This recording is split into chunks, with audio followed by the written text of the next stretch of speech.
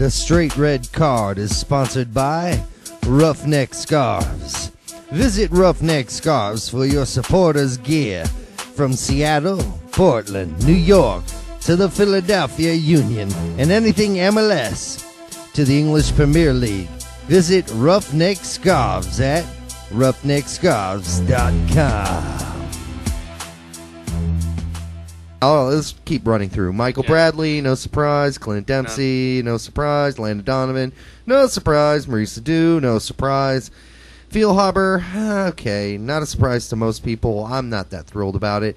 Jermaine Jones, not a surprise. Sasha Kljestan, a little bit of a surprise. And one of my complaints about this, where's Brad Davies? Brad Davies has just been fabulous for Houston so far this season. That left foot of his is just, I mean, he could hit a dime on top of a striker's head. I mean, the guy has been fabulous.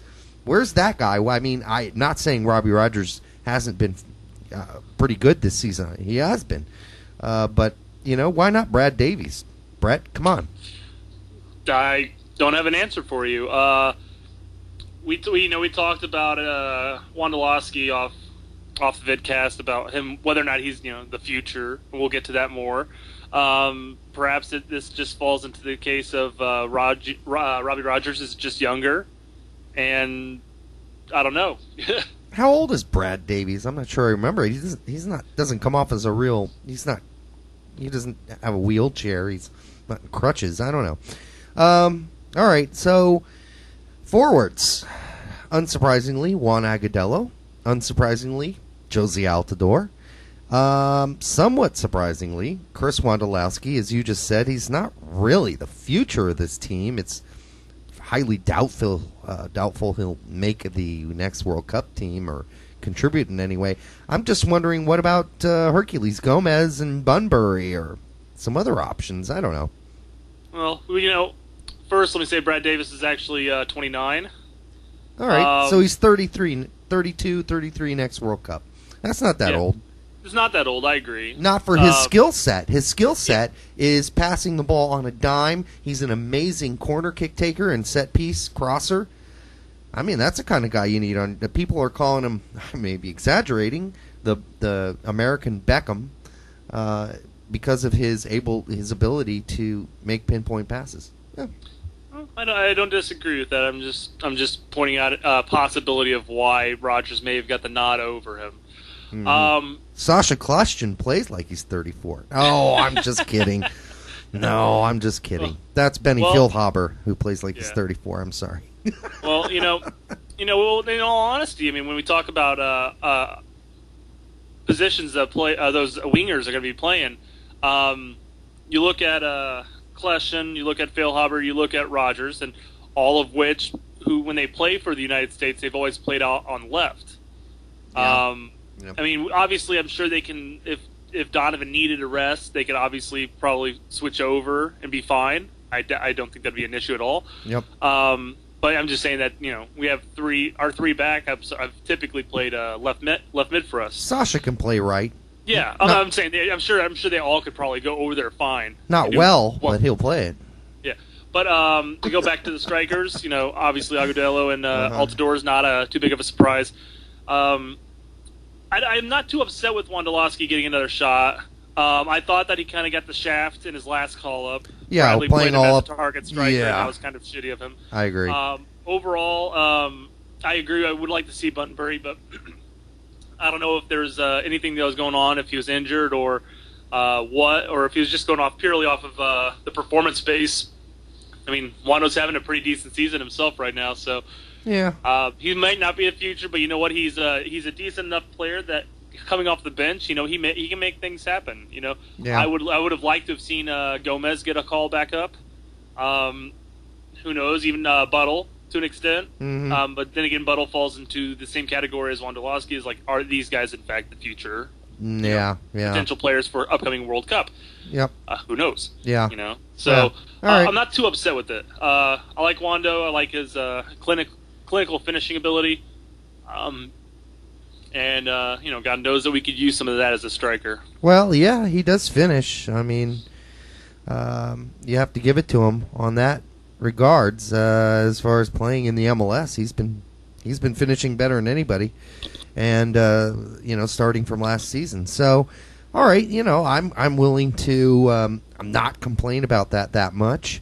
I think the biggest missing piece that everybody seems to be talking about, Brett, and with some trepidation, is the missing piece, Timothy Chandler, who played so well.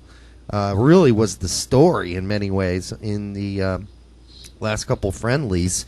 And the word is, here's a guy who's still not sure he really wants to play for the United States team, or whether or not Germany is supposedly, the German national team, telling him to hold it a minute and give it some thought, because, of course, if he plays in an official FIFA tournament, he is done. He's committed himself to the United States. So Timothy Chandler, as was intimated by Bradley, has waived the opportunity to play for the United States in this Gold Cup, which must tell you, it's. The kid's he's young, so it's not fatigue. That's a bunch of BS. We all know that.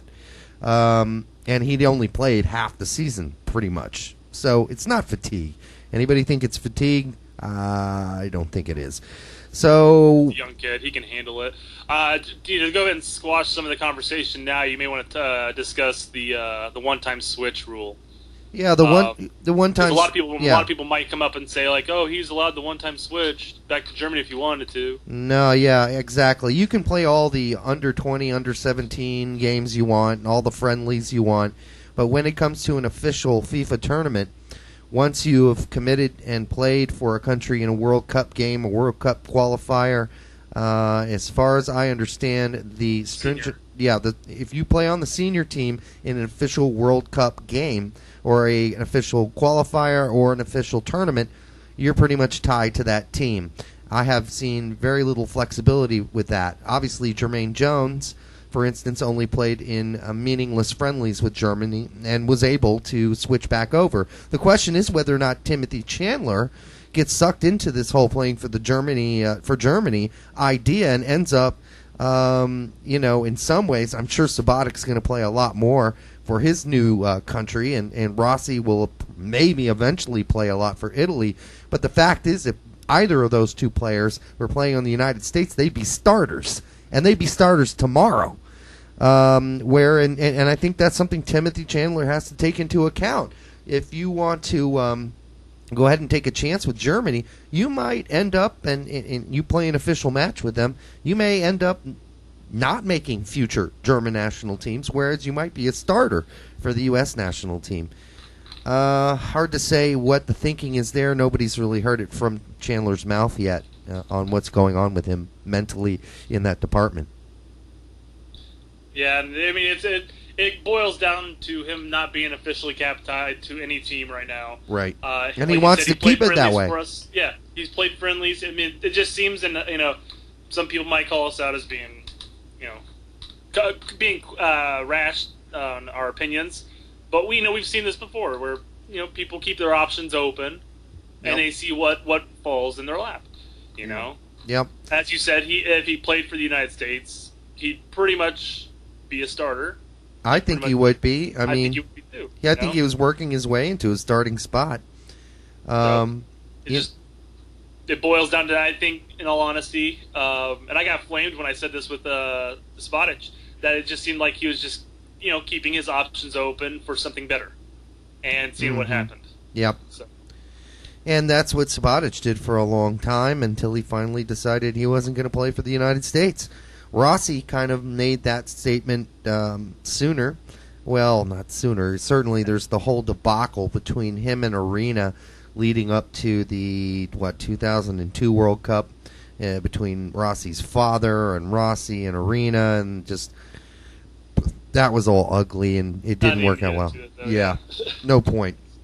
But all right, well, let's just keep our fingers crossed that Timothy Chandler decides to stick with us, because I think he would be a huge plus for the United States national team, and especially if he could learn to play on either wing, because he seems to be adept at playing midfield as well as RB right back, and maybe even some left back too. I don't know. Mm-hmm. Yeah. I mean, some players can play both wings, and with his speed, maybe he looked like the kind of player of the future who could fit into a lot of different spots as he grew as a player. So we'll see what happens there, and we'll just have to keep our fingers crossed. All right, folks. Until the next time on the Straight Red Card, good night.